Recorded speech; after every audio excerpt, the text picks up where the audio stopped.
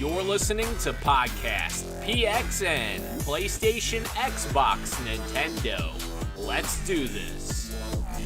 What's up, guys? Welcome to Podcast PXN, episode 57. I am one of your hosts, Daniel Prindle, aka Dan is DTM on Twitter, and I am joined over Discord by the pride of PlayStation, who is mocking me right now, Sean Babiak.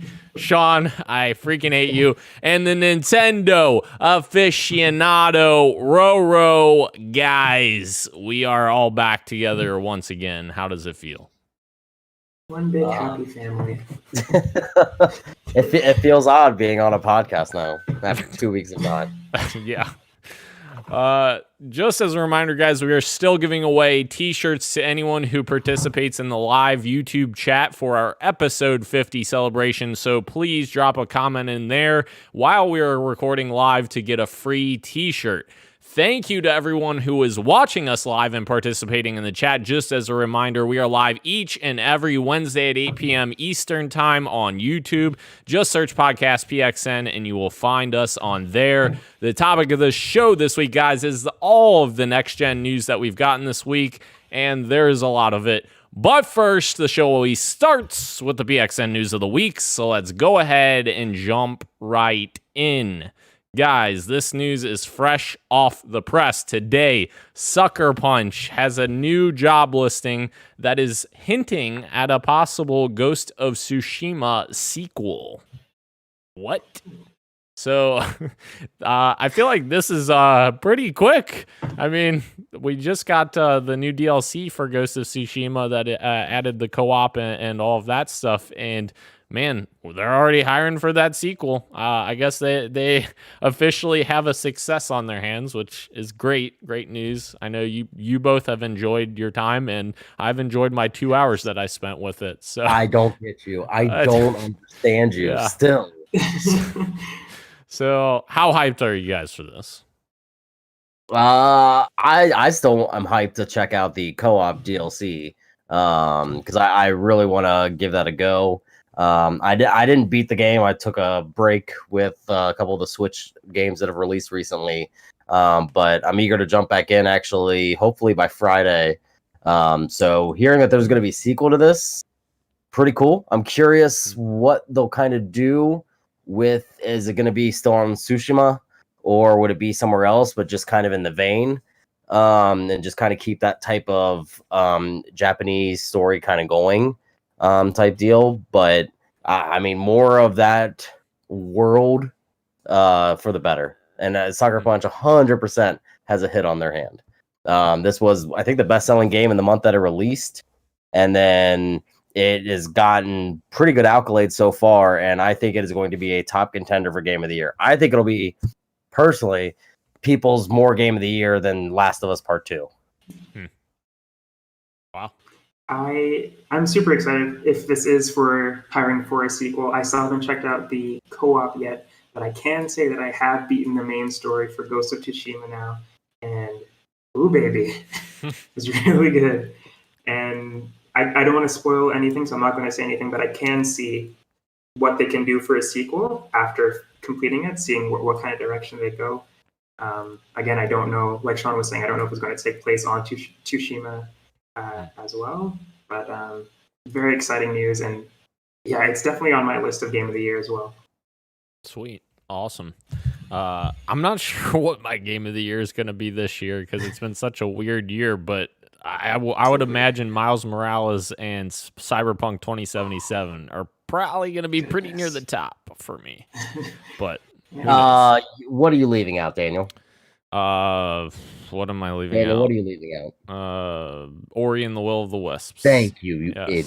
That's the thing. This year has been so crazy. I didn't even remember that came out this year.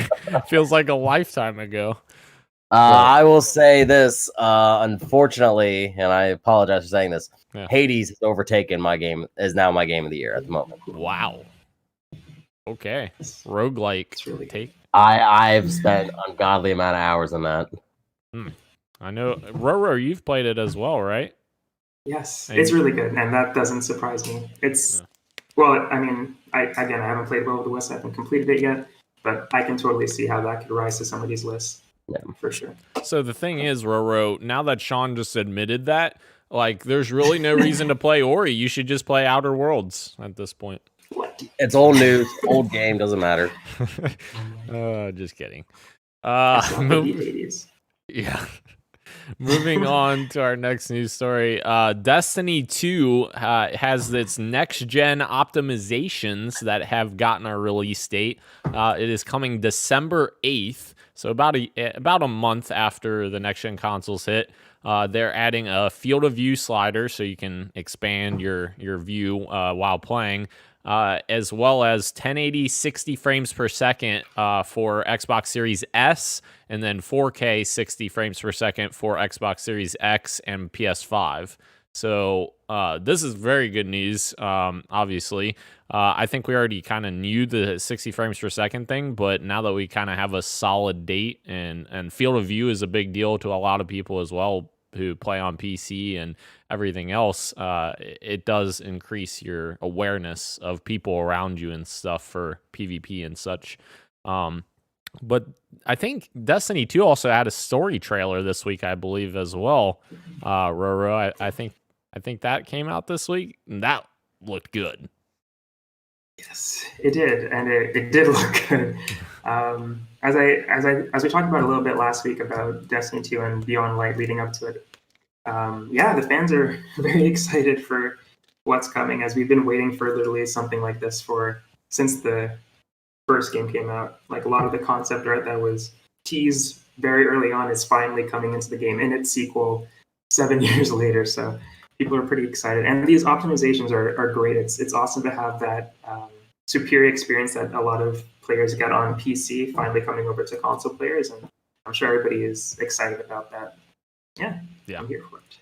Absolutely. And I know Sean is over there just dying to play more Destiny 2, right, Sean? I have received that game twice as free, and I've never once started it up. Oh, what a disgrace. What was it, like 2 years ago when Best Buy offered it, like, just if you bought a game during the holiday season? Yeah. And I was just like, but I don't want this. Well, we have to sell it to you. I'm like, oh, buddy, I'm so sorry. Oh, boy. Just take the game and play it, Sean. I already had it on PlayStation Plus, sir. All right, fair enough. Moving on, we have a bunch of remasters, guys, that are finally hitting Xbox. Grim Fandango, Day of the Tentacle, and Full Throttle Remastered are all coming to Xbox Game Pass October 29th, which, if I'm not mistaken, I think these are the games that Sony had invested in for Double Fine to make remasters of, and they were only on PlayStation at the time. But now they're coming over to Xbox, which is great news. The only one I've really heard of is Grim Fandango. Obviously, I know that they have a great pedigree. Double Fine has a great pedigree when it comes to adventure games like that, but I'm not a huge adventure game guy, so I've never really played any of their games in the past. I played Brutal Legend, and I played, Costume Quest, I think.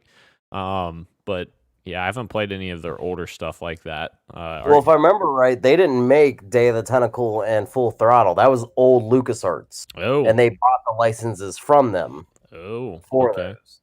Because those are older adventure games. Like, Grim Fandango, I think, was like PS2, maybe PS1 era. But like Day of the Tentacle and Full Throttle were like PC only type games. So I mean, I just find it weird. I mean, that's great for Xbox gamers that they are essentially getting them for free with the service.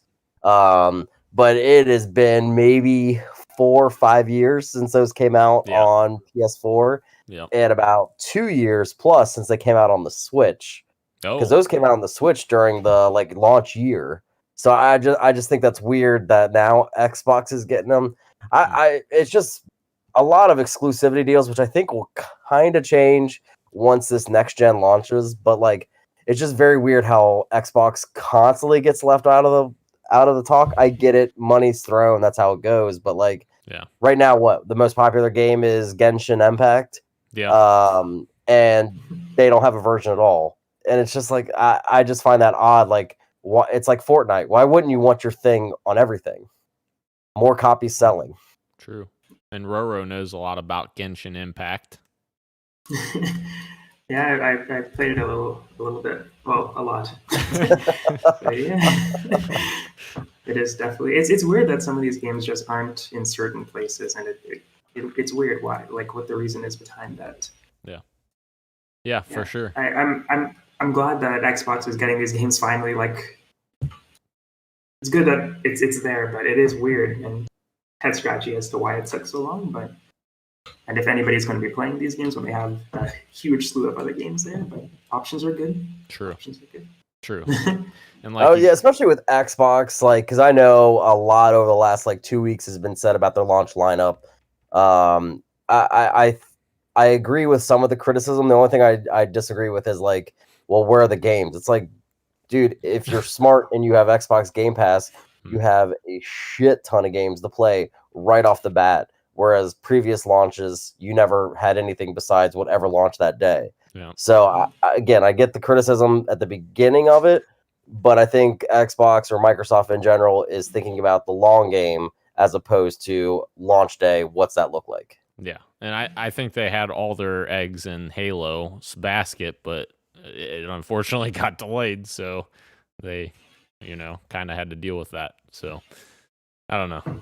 It obviously these games are probably only coming to Game Pass now because obviously Double Fine's a Xbox Game Studio now, so that's probably the only reason why we're getting these games now. Moving on, guys. Marvel's Avengers was the best-selling game of September 2020 in North America. What? Roro, we just had a story about this last week about how player base is dropping on PC. Like, does this surprise you that it's the top-selling game in September? No. What else released in September is my question. The only thing that surprised me is that it's not a sports game leading. Yeah. Like an NBA 2K, I think, which actually I think that just Tony came Hawk out this month. Yeah, Tony Hawk. Yeah. Tony Hawk. Downfall is it's not a mainstream sport, but like Madden generally holds the crown pretty well until Call of Duty whatever comes out. So that part is surprising that Madden didn't hold it as often as it does. Yeah. Yeah, I am surprised about that as well. It's just I don't know what else was, and I don't have a list up here unfortunately. But if there was a bigger game than Super Mario 3D All Stars. Oh, okay, yeah. Yeah, Marvel owns the conversation for pop culture. I can understand why Super Mario or anything Mario would not sell better than Marvel's Avengers. Yeah. I mean, it sells based on name alone, regardless of how mediocre the game ended up being at the moment. Like, that name alone sells units. That's fair. I agree, and I hope it turns around eventually. Yeah, I agree. And I think all of us have talked about this before. Once they get all their DLC out, I feel like a lot of people will come back too because there's so many DLC characters that are coming. Yeah, well now, and I don't think you put this in the show notes, but it was announced late last week, early this week that it's been delayed for next gen by about a month. Oh, I missed that. It's not coming day and date now with next gen. And as well as the Kate Bishop is not coming out this month either. Yeah, like she got delayed as well. That DLC, which that could be COVID related or something else entirely. I mean, if they're trying to do let's fix the game first before we start releasing stuff, that's probably the smartest move to make. But at the same time, that would have been a huge get for launch of next gen. Like, boom, here's a next gen game that you can play with your friends right then and there. Yeah, it's been tough for these these games as services. I feel like Destiny is kind of the only one that, no matter how you feel about it, it's the only one that has lasted this long. Like Division has gone away, Anthem, we know how that went. Avengers hopefully can turn itself around, but it's interesting to watch.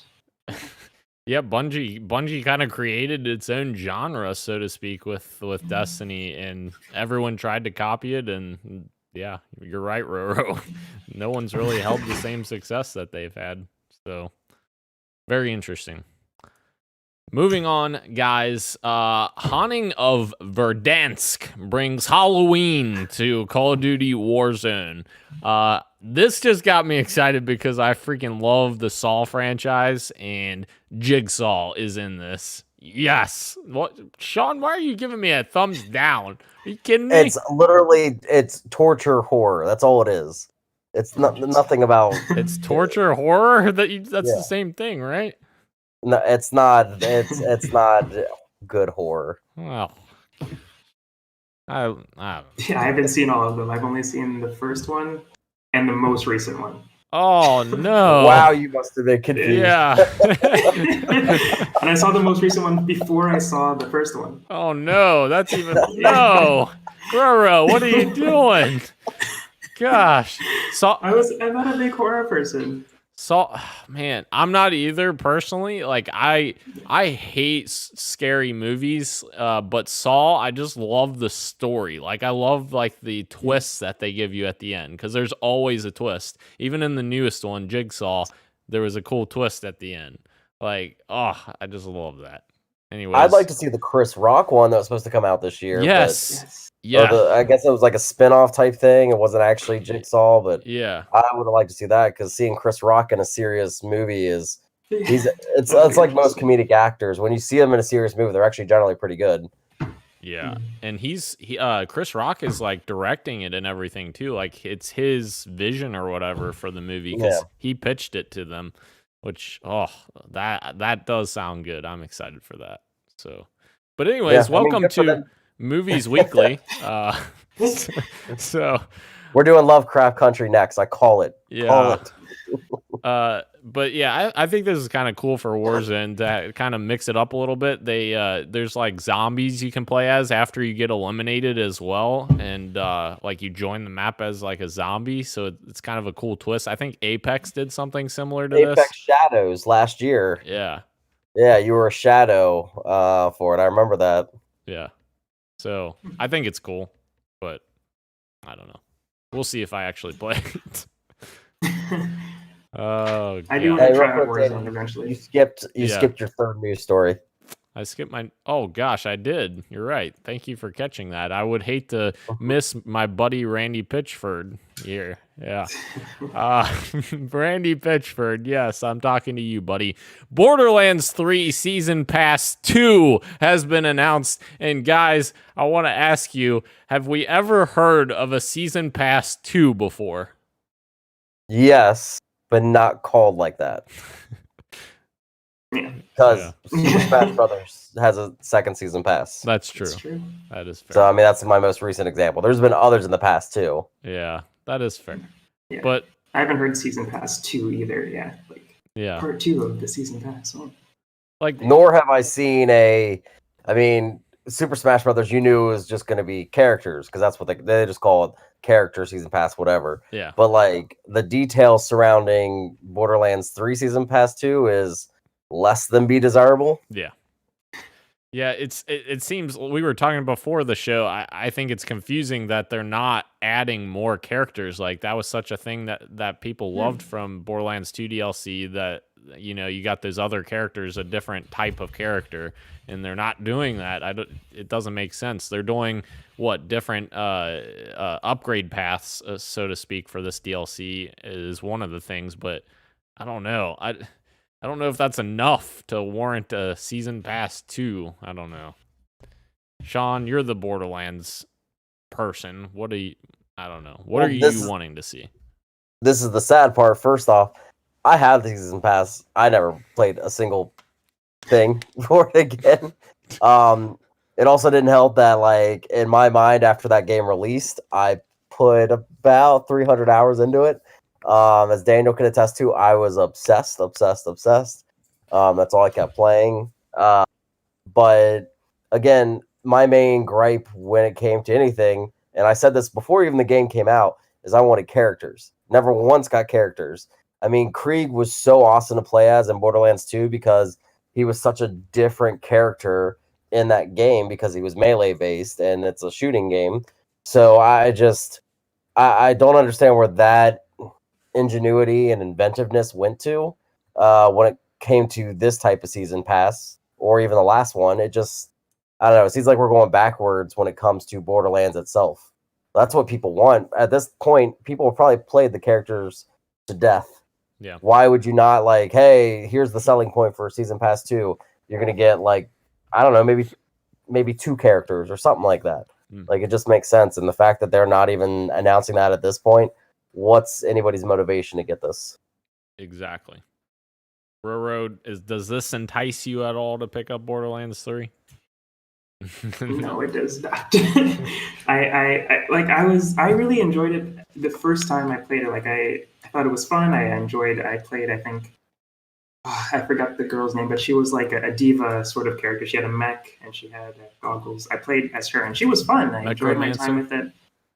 Something, I don't know. I couldn't even tell you if you're correct. That was what her class was. Her class was called Necromancer. Necromancer, okay. But yeah, I didn't play the first season pass, and I don't know. I don't know if even characters would entice me to get the season pass part 2, but it would help. But I don't know what would get me back into Borderlands 3 at this point. Yeah, that's fair. And it's Randy Pitchford, so we don't want to support him anyway. So just kidding. Moving on, guys, to the final news story of the week here. There's a new Xbox mobile app that just released, and it includes game streaming from your home console. So the whole xCloud thing obviously isn't happening on iOS yet, but as we talked about, they're doing a browser solution that they're working on for that a couple weeks ago or last week. I can't remember. The weeks blend together. But this allows you to stream your Xbox console in your home and use that essentially as a server, which to me, actually playing both of them on my other device that I have, I've played both, and actually the home streaming works better because, especially if you're in your home network, because everything's local, whereas opposed to you're hitting a server, miles and miles away. So that's very exciting to finally get that. And they've added it looks like a brand new coat of paint. It looks like the new Xbox UI that they've been pushing for Xbox Series S and X that's going to be coming out. And it has really good sharing options. That's what I really like. So when you make clips and stuff, it goes right to your phone and you can share it straight from your phone to Twitter or Facebook or whatever you want to share it on. And it works really well. I tested it yesterday with a stupid Halo clip that I made. So it works really good. So I don't know. Nice. Are you guys interested in these crazy new features? No, they're not crazy new features, but crazy new features. Yeah, I mean, I always like a good little companion app when it's done right. So that's good. I'm glad that it's getting the update. I wish PlayStation would update their companion app for their console. It's been a while, and it does that weird thing that Facebook does, where you have to have the message app to send messages on your phone instead of just being your. It does so that annoying. For PlayStation 2. It's like, why? It was part of the same app before. Why'd you have to change it? Yeah. Anyways, Xbox has it all figured out. I downloaded it earlier. I don't even have an Xbox right now. I just wanted to check it out. Yeah. And it looks great. I checked out my clips that I had from 5 years ago. They were still there. Yeah. So, yeah, it looks good. It's good. Yeah, for sure. Yeah. Your sentiments about the PlayStation messages, that drives me insane because I have all of my apps in folders and I go to the gaming folder. I'm like, there's a PlayStation Remote Play app. There's a PlayStation normal app. There's a PlayStation Messages app. Why not just put it all in the same app, PlayStation? I don't know. So, yeah. Sean, are you going to be using these mobile apps? No. I don't even use the PlayStation one, and I'm a PlayStation gamer. Yeah. I don't know. I'm not that type of. If I ever want to browse the shop or anything like that, I just go on the stores themselves, through the console menu. That I'm not really a social media person or share clips or any of that stuff. So but I feel like I am in the minority at that part. So yeah. I completely understand. That's good on Xbox for doing that. Surprised that it actually is on an Apple product at this point in time, but we'll see how long that lasts anymore. Yeah. But yeah, I mean, I can understand why people are happy about this, especially given the confusion when it comes to Sony's side, or hell, even Nintendo's side. Yeah, for sure. Agreed. Moving on, guys, into the games we are playing. I am playing still some Among Us. I have a group of people that I know that have been playing it, and they've been asking me to play it, so I play it. It's still a lot of fun. It is getting to the point where it's getting a little bit repetitive just because it's the same tasks, over and over and over. So I do feel like they need to get some refreshed updates in there, refreshed content to kind of mix it up a little bit. But yeah, it's still a ton of fun. It's a ton of fun to point fingers at someone else and then just laugh because they got the wrong person. But didn't they decorate the map for Halloween? Yeah, actually, I think there's a few different maps too, but we always the group that I play with always plays the same map, so I don't even ever see I think the other map is customized with Halloween stuff, but I think the one I play on isn't. So, yeah. Gotcha. Yeah, it's kind of funny. I also have been playing, guys, the Black Ops Cold War beta. I played that this past weekend on Xbox. I'm kind of mixed on it, to be honest. At first, when I played it on the alpha on PlayStation a few weeks ago, I was like, all right, this is more Call of Duty, whatever. But I only played a couple matches. I played a few more than a couple matches on Xbox, and I was like, man, it just doesn't feel that good. I don't know. It's just something I can't put my finger on.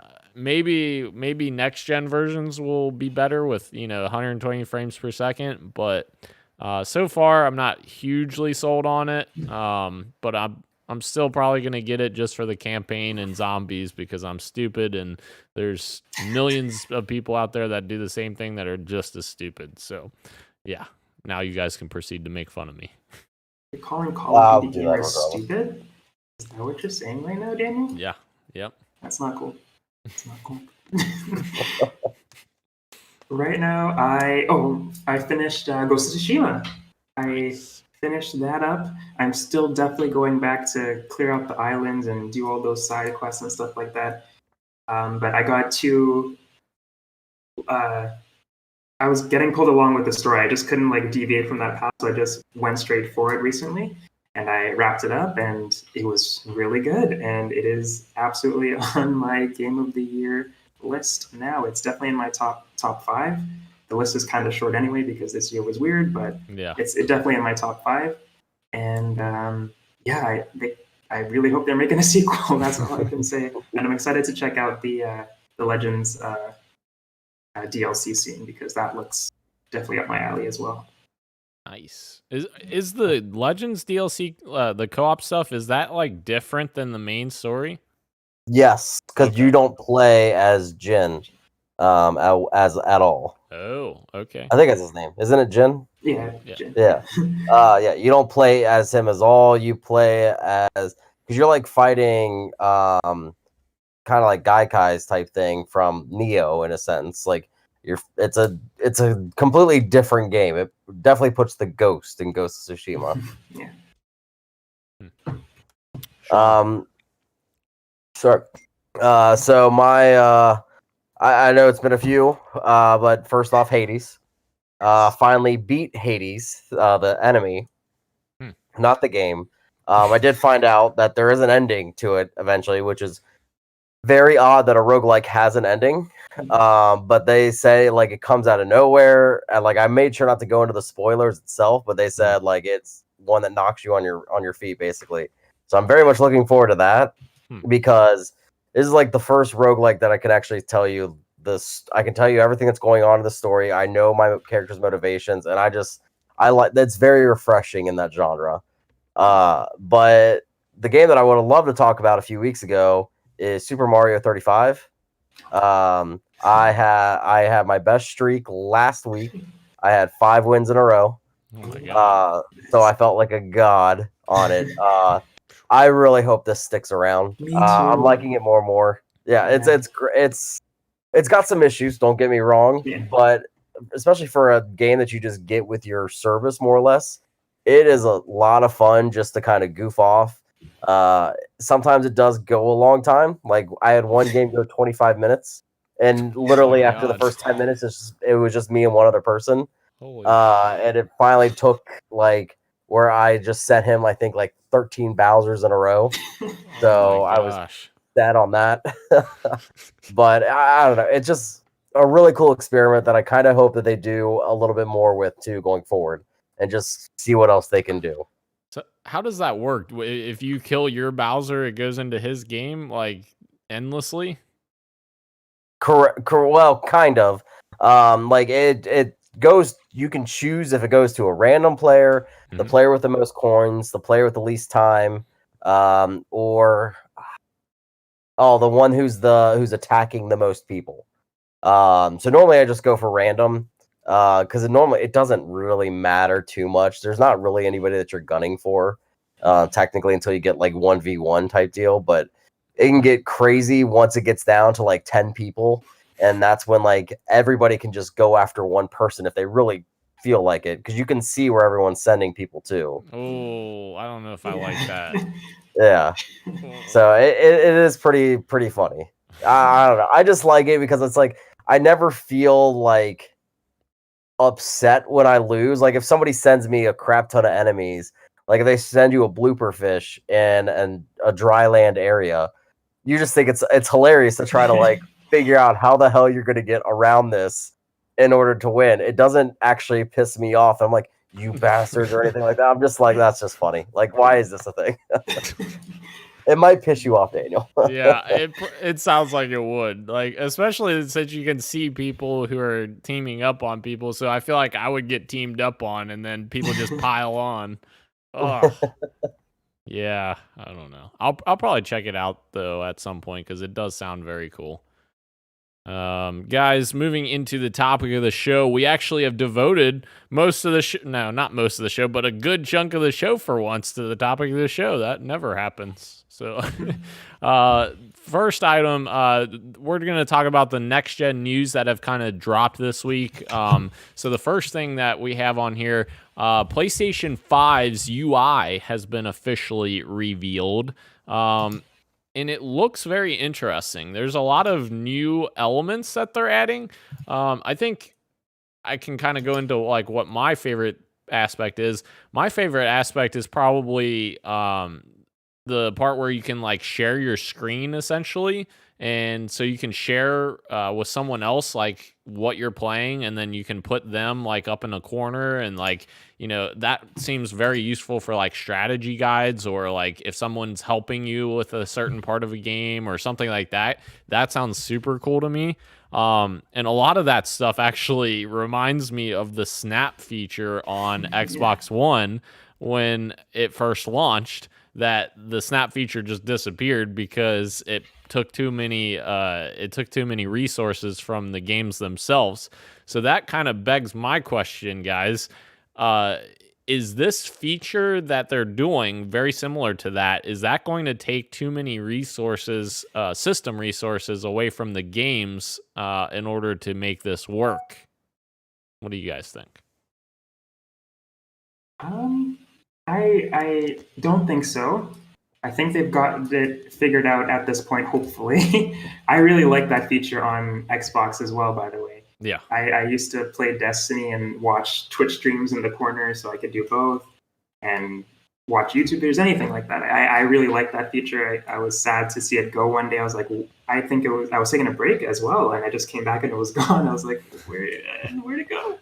But yeah, that was something that I really liked from the UI as well.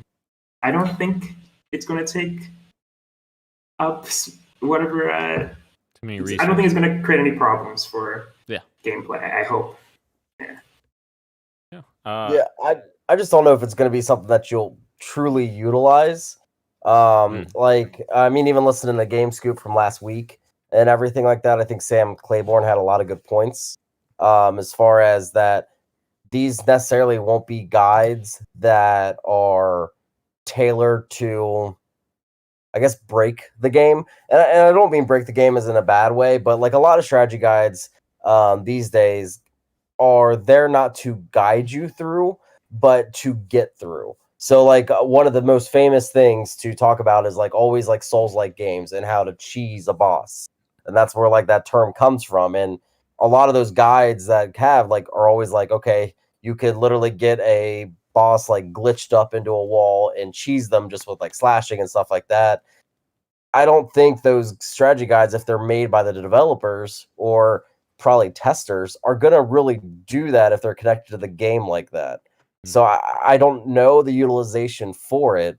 I do like how this was a patent that came out months ago that said they were going to do something like this, and it has come into fruition. So it makes me think a lot of, because even more of these things that we're going to talk about are patents that got leaked. Yeah. So it's good to see that probably most of these are actually going to come true. I just don't know if this is one that I personally would utilize besides using like an actual game guide to like the right of me on the laptop or something like that. Yeah. Roro, is there a particular feature that you were most excited about from the new UI, or any kind of, like the look or anything? Yeah, I really like the UI. I think it looks clean. It's not too different from what we already have. It's still the tile setup when you first jump in, but it obviously adds the cards, and it just looks a bit more clean. And I really liked it. One of the features that I really liked was something that I think Xbox already does actually is the tracking of the achievements, or the trophies, I guess in this case, where you can see how many things you need to do or how close it is to being complete, which is something I'm very excited for, because as they said in the trailer, and where a lot of people have been saying, you don't know, like 500 enemies to beat to get this trophy. Is like, how close am I if there's 500 enemies? Like, how much longer do I have to take? And I also liked how it also showed you how long it will take to complete this trophy. So you can dedicate a certain amount of your playtime to a certain achievement or something. I really like that. That was cool. Yeah, that one was very fascinating, because they said that like your system, I guess, analyzes your playtime and stuff, and like gives you an estimate of how long it'll take. That's actually really interesting, because Xbox doesn't do that. Mine, yeah. I like seeing, like, especially when it comes to certain games. I've told you guys this before, especially like Assassin's Creed or even recently Ghost of Tsushima. Like, I am terrible with the collection aspect, so I spend so much time in one area getting everything that I'd love to see like all my peers in gaming, like really how bad do I look as a hoarder comparison to the rest of the world? Just as like Roro, you just said you got to a point where you rushed through Ghost of Tsushima, you wanted to get that end of the story. I mean, I cleared out the first island completely, 75% of the second island, and I still had barely done any of the story. So I'm just like curious how much that skews then the playtime with certain things, and I just think that's a very interesting thing to see in stats. Yeah, for sure. Also, I like the tips. I know that's something that people say, like, are we really going to be using this sort of thing? Yeah. I don't know if I actually will, but just in my mind, I think of The Last of Us. Even though they had great accessibility options where that you can work around finding the collectibles and stuff like that, but games not like that, there's like Uncharted, there's treasures that you need to track down if you want to get the achievement for that. And I just wonder if there's going to be tips for you, like you're in a certain room and it's like, oh, you're near this treasure, do you want some help finding it? And maybe there's a thing that pops up. So Sorry, my watch just went off when you said that. That's okay. But yeah, I just want to know, like, is there going to be a point where it's cheating, or if it's too much into your gameplay experience, or I don't know. Yeah, I'm interested to see how the tips will work in certain instances. Well, I like that you kind of bring up the tips, because it makes me think too of also kind of the possibilities when it comes to like party chat stuff, where like say Daniel was streaming Jedi Fallen Order, which he was having issues with towards the end with the boss. Yeah. And Sean came to my rescue, except he didn't. I did it. But say I'm able to give him like tips and tricks or whatever type thing, and like he can do a picture-in-picture thing with me while he's playing the game. And like, so I can see him playing the game and like say, I mean, obviously there's going to be a delay type thing, but just kind of watch him go through that in real time without him having to set up like a Twitch stream or any of that stuff. Like, boom, he just set it up in the game, which I know you can do that now, but it just seems much more personalized where it could just be like him and I type thing. And he just has me up in the corner. Or maybe it's a game. Sorry, Daniel. Maybe it's Outer Worlds. I don't give two craps about Outer Worlds. What? Kidding me? No secret there, buddy. But like, I don't know, maybe, and that's a game that Daniel obviously played. Maybe I just want to check it out. I don't really want to search for like a streamer that I know. I just want to check out my friend. Boom, right there. I can almost, it's like a watch party type thing, especially with today's world with all the Corona crap going on still. Like that, I think that's a really cool feature to have. Yeah, for sure. And if you don't have like the capability to do streaming setups, it's a very capable solution. So yeah, it's kind of cool.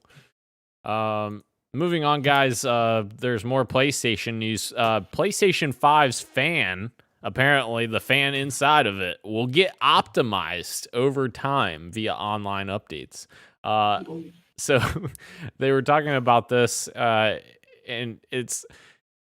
I don't know if this is, they talked about it like it was like a new feature or whatever, but it's actually, that's kind of a common thing that, they tweak consoles and different devices inside the consoles using firmware updates and such. So it is kind of interesting that this was a big news story, but it's also good because they're kind of putting it out there saying, yes, we will be able to monitor your fan, your speed and your status, and make sure your console's cool. Because at the end of the day, that's the most important thing that the fan controls, is making sure your console's cool.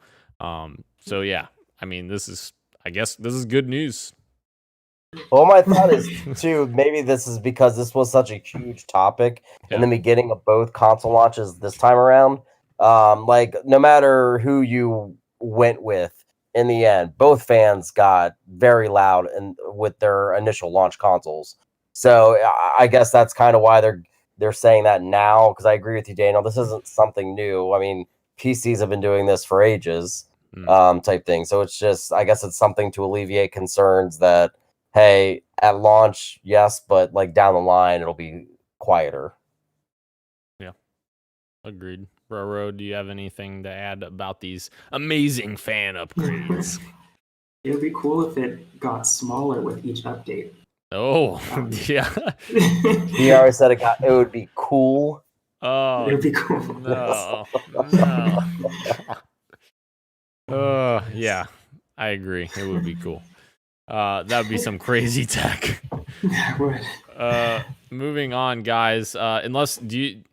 Is there anything else PlayStation wise that I missed? Because I don't want to move on from PlayStation if I missed anything. I think that covered everything, but no, I like Roro brought up a good point. I like how they're not reinventing the wheel, especially when it comes to the UI itself. When it comes to like the tiles, because I still think that was one of Xbox's poorest move with going away from their blade system.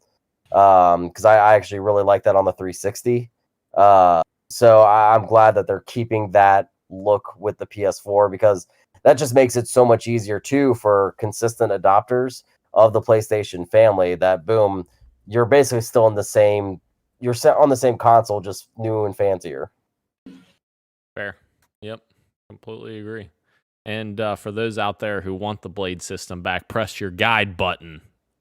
It's literally the blades. Okay, it's back now. They did away with it completely. I want to be clear on that. They did at launch, yes. Moving on, guys. Phil Spencer has continued to talk about the Bethesda acquisition, saying essentially games don't have to launch on PlayStation 5 in order for them to justify their $7.5 billion investment, which is very interesting. And it's very similar to what I said when we talked about this initially when this came out. And it's that they're not going to buy Bethesda for $7.5 billion, in my opinion, and then go ahead and give Sony all those exclusives. There might be some that they say, all right, let's launch that on PlayStation for now and then reevaluate in the future. But I think for the most part, it is going to be a transition to be exclusive. But one other thing I wanted to point out, Jeff Keighley had his Zoom call again this week for the Game Awards. I love that he's doing this every week. He's doing it every Sunday. And I was on this one again, and Phil Spencer was the first guest. The second one was a surprise guest, which I was like, what the hell? Gabe Newell from New Zealand called in. But anyways, Phil on that Zoom call, somebody specifically called him out and said, "Hey Phil, I just want to know, is Elder Scrolls 6 going to launch on PlayStation 4 or 5, not PlayStation 4, PlayStation 5?" And Phil's like, "Well, to be honest," and he went into his honesty speech, which I now understand why he was being so cagey with his other comments, because he said that essentially because Microsoft hasn't finished the acquisition of Bethesda, it doesn't finish until early 2021. He's not really allowed to talk about it a whole lot because he's not allowed to communicate with Bethesda's teams in regards to anything like exclusivity or anything like that. He can't meet with them and say, this is going to happen. And so he essentially said, I still have to meet with all those teams and figure out what the best plan of action is. And he said, I can't do that until we have actually completed our acquisition. So I thought that was a nice little tidbit to kind of, give us information on why he was giving us such weird comments and cagey comments. But I don't know. Do you guys have any thoughts on this, Roro? Yeah, I remember when we did talk about this the first time, it was just so hard for me to imagine Elder Scrolls Skyrim not being on PlayStation 5, not being on a PlayStation. Yeah. But as soon as that episode ended, I was like, what if it was the other way around? And I kind of thought, like, this is kind of unfair to me to think this way regarding Xbox, but if PlayStation bought Bethesda, no question in my mind would I think that they would keep it for themselves. There's nowhere they're going to put it on Xbox. There's nowhere they're going to put it on PlayStation. So I don't know why I thought that way when it came to Xbox, but I just did, I guess. But yeah, good for them. I'm glad. I hope they do get it for their sake, because again, $7.5 million is a lot of money, and they have all right to keep that on their platforms, and that includes PC, that includes xCloud. There's a lot of different options we have here, but it is obviously in their ecosystem. But I don't know, it's so crazy for me to think that, no way, this game is not going to be, this huge Skyrim is not going to be on PS5. I don't know, it was something that I had to wrap my head around, but absolutely it makes sense. Yeah, agreed. The Sean? only thing that's odd now in my mind is when you think about that, when it's only going to be on Xbox, which, Roro, I think you spoke eloquently with that. Like, I agree that makes the most sense. Why would you spend that money to put on other platforms? But, like, thinking more and more, I was like, in my mind, I think that they overpaid for Bethesda. Bethesda has some really great IPs. I'm not at all dishing on that.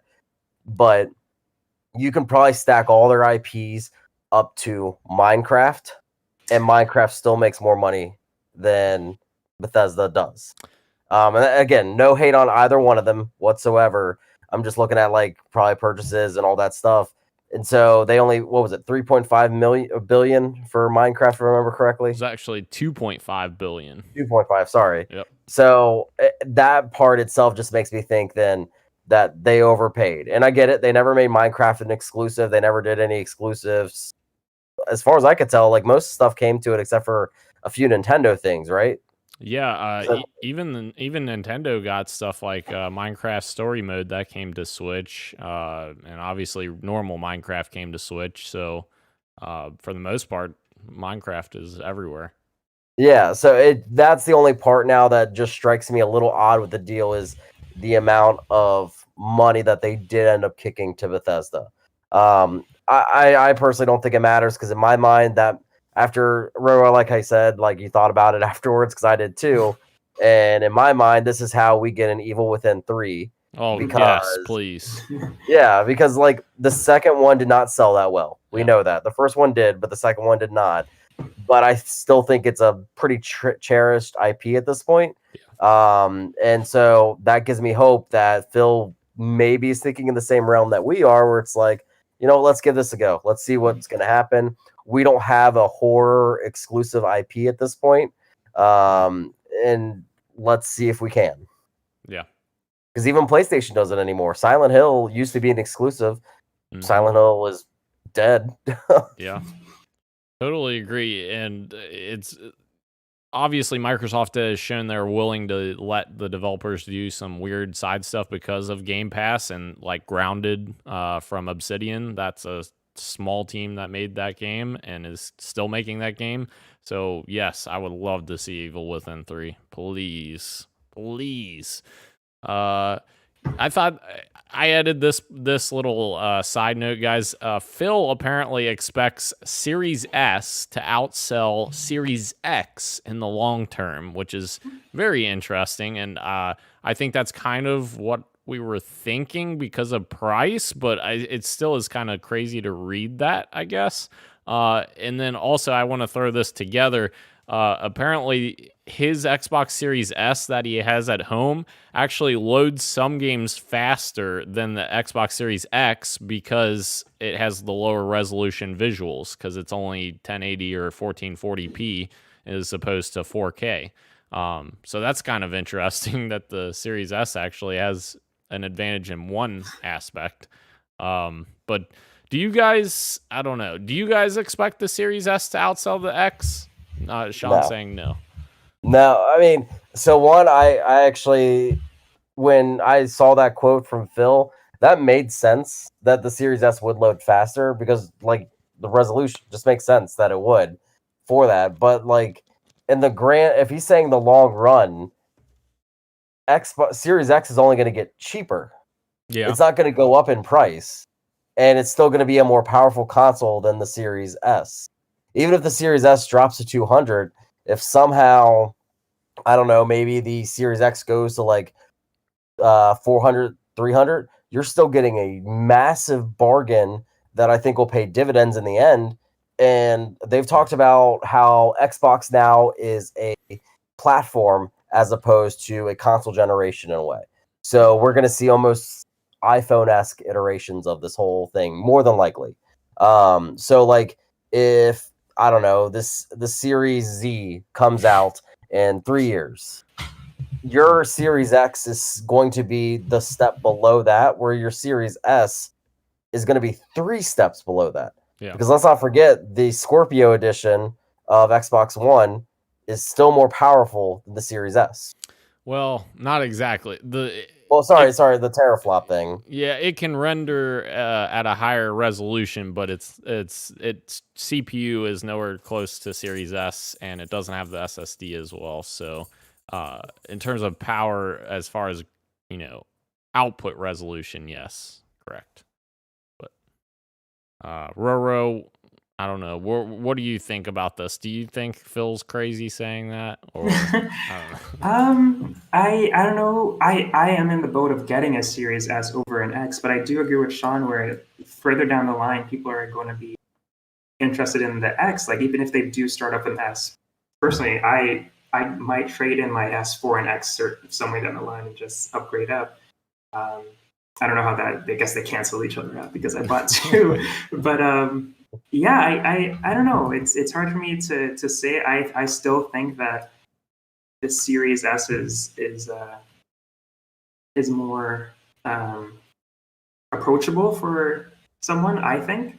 I do feel like people are starting to move towards digital. They're just purchasing the games on the storefront now. But when that's advertised to you, the X versus the S, I think they're going to look towards the X as the holiday thing that they pick up. But just from my perspective, I think I would go for the S. But and it's really hard for me to say. But yeah, it just makes me think like when this new Halo game is going to be in a sense, a games of service. Not in the traditional sense, right? But it is going to have a very long tail. That is the goal of Infinite, is to have a long tail.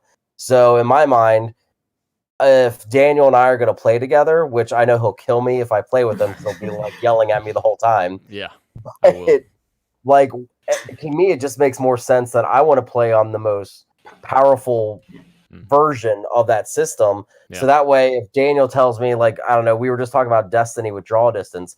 Daniel says, hey, there's some jackal up there that's like sniping us or something like that. I don't know. And I'm like, all I see is fog. And I get it. That's just a weird example to say, but like that would, to me, just shows an innate difference why I would want the X and how I could sell the X better to friends as opposed to the Series S. Yeah, which is fair. I think personally, I think this holiday, obviously, the X is going to outsell it because there's far less S's that are going to be produced at launch. But I don't know. I feel like the average consumer looks at price as the number one thing. Like parents that are going out there to buy a console for their kids, they're looking at what that price is. And I feel like once they get Series S's on the shelf, I think people will buy those more than the X's, in my opinion. It may not outsell it, the first 2 years, but I kind of agree with Phil. I think in Roro as well, because I think Roro, as far as his sentiments, he thinks the Series S would be a better option for him, which I think a lot of people would think that. I don't know. That's just my conjecture, but yeah. Regardless, I think, and I translated that to Sony as well, but I think both are in a very good position to be successful for this entire generation. I think we're going to have an exact repeat of this past generation with this next gen. Yep. Because if COVID is any indication, it's not going away. Consoles are still hard. Like, they're just now getting back into stock and stuff. So it's just like, and that's just this gen. So I have a feeling the launch of next gen is going to be kind of continuous until, we're allowed out of our houses. Yeah. So it's going to be a pretty big launch time, and I can only see sales going up and up and up, and people talking about it and that stuff. Like Daniel saying, "Hey, did you play the new whatever?" And somebody's like, "No, I don't have that. How do I play it?" That type of thing. So it's just the games, I think, are going to take over more so than they ever have before after this year. And so I only see both. If your biggest problem is one of your consoles outselling the other consoles, you're looking good. True. Very true. Guys, moving on to the last story we have for the next gen news. Halo, the Master Chief Collection. Yes, we can't do this podcast without a Halo news story.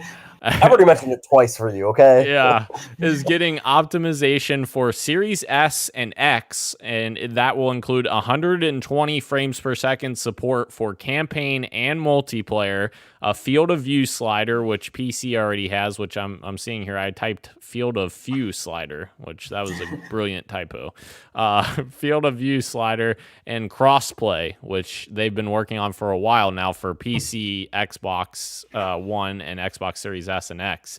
So I think we had talked about this when Halo Infinite got delayed, and I said I think they will lean into Halo the Master Chief Collection, get that optimized and ready for launch, because the timing of everything, Halo 4 is in testing right now on PC, and that's the final game on PC. So then now November 17th is that day that Halo 4 finally comes to PC, and the PC collection is completed, and Xbox Series S and X enhancements are ready to go. All of that is ready to go, and it's not day one, but it's a week later, so it's pretty close. And I think the week later thing is mainly because they fell behind a little bit on Halo 4. They had some issues with Halo 4 on PC getting it ported, so obviously I follow the shit out of that stuff, so I know that. But yeah, I think obviously this is a no-brainer to kind of lean into Master Chief Collection, and I can't wait to play in 120 frames per second on my OLED TV. Let's go. Crazy. Yes. Yeah, I mean, just like the Destiny story, I think this is great that these experiences are finally going to be normal for like console players, and they get to experience the same thing. PC Master Race, no more. It's just the same across the board, which is great. Like, no matter where you're playing, you're going to have this awesome experience with hopefully most AAA games and MC Halo Master Chief Collection now. So I think it's great that we're getting to that point where the consoles can compete with the PC in terms of frame rate and field of view and all that crazy stuff. Yes, I agree. Sean, how excited are you? I mean, what's the game I'm excited for on launch day of the Xbox? Halo Infinite. Oh wait, that's the delay. Wow, I wasn't even gonna make that joke for you. The Ascent. That's the Xbox game I'm playing. Okay. Not Halo Master Chief. I'm gonna laugh when the Ascent gets like a 3 out of 10, like one of the worst games ever, and you've been so excited for it. So and I can't wait till Halo Infinite gets delayed indefinitely. No, that's not happening. Shut it. All right. Anything else, guys, before we close out the show? No, sir. All righty. Well, thank you again to everyone joining us both live on YouTube and on podcast services everywhere, including Apple Podcasts, Google Podcasts, SoundCloud, Spotify, and Stitcher. Thank you, Roro. Thank you, Sean. I am Daniel, and this has been Podcast PXN, and we are out. Much love, and keep on gaming. Deuces. See ya. Nice. We got a whole